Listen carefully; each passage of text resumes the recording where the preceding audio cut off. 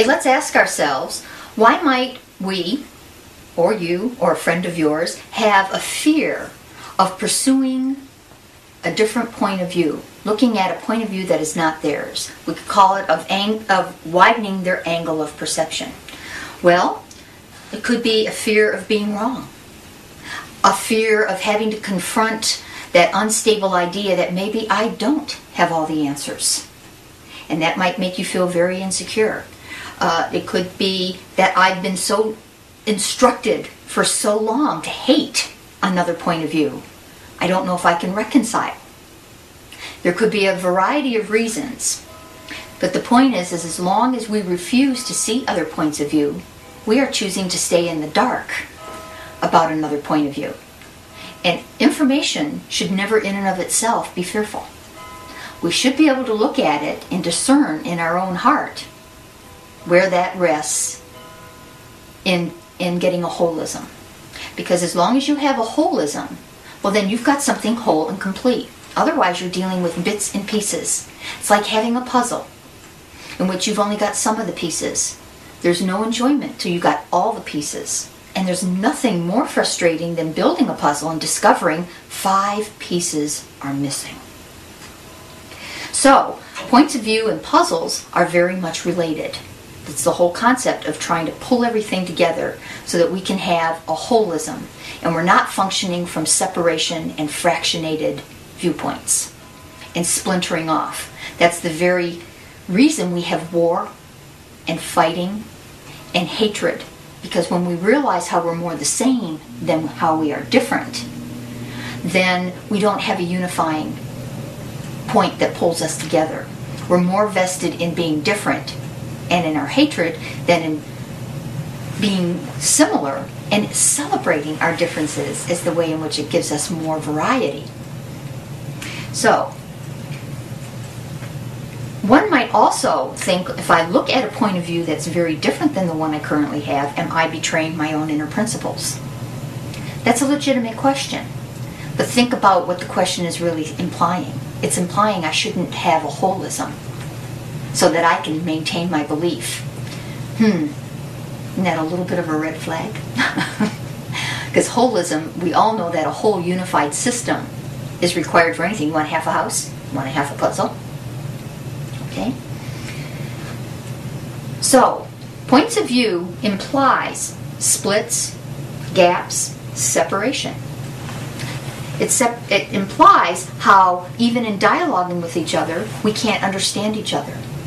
It goes a little bit to the whole idea of the Bible story about the Tower of Babel, where all of a sudden everybody's talking and on the same page, or at least relating, and then all of a sudden everybody's got such a distinct, defended point of view or language that nobody understands what anybody else is saying.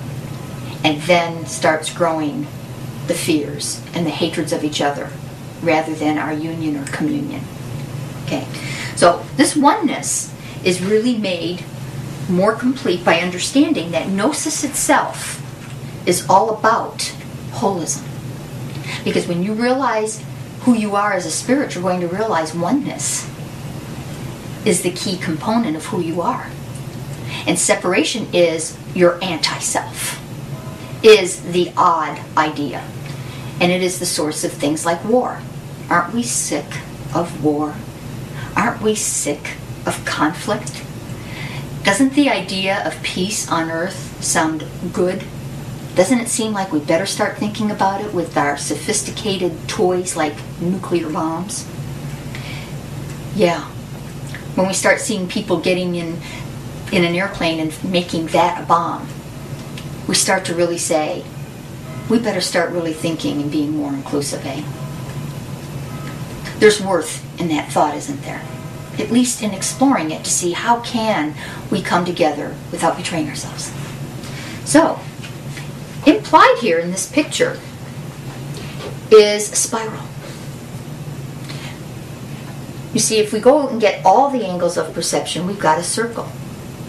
But it would be a closed circle and would just run around on one flat plane.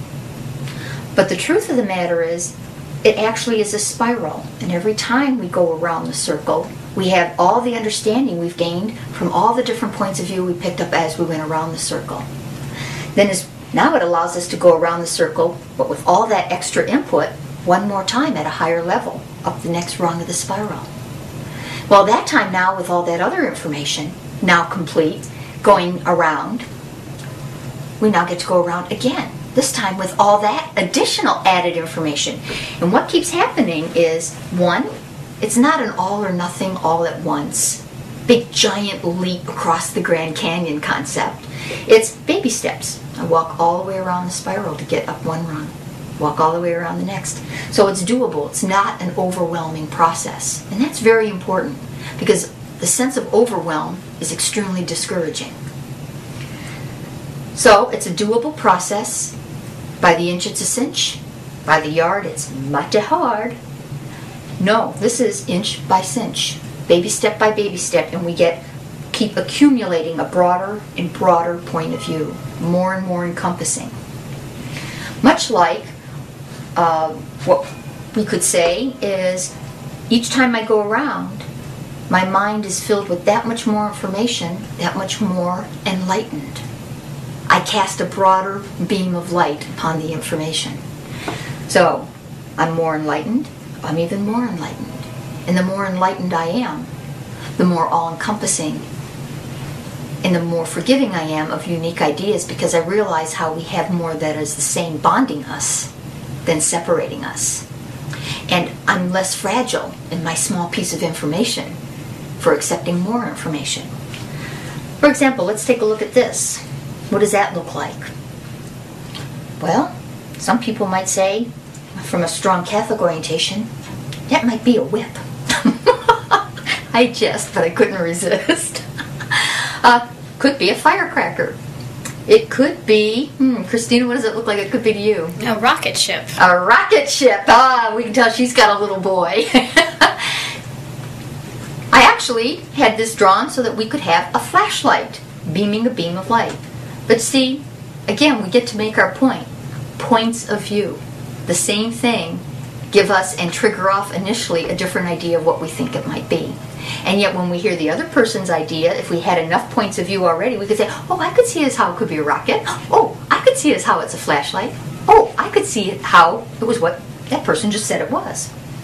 And if you'll notice on a beam of light, it starts with one point of view, and light does expand out and broadens its perspective to take in many points of view.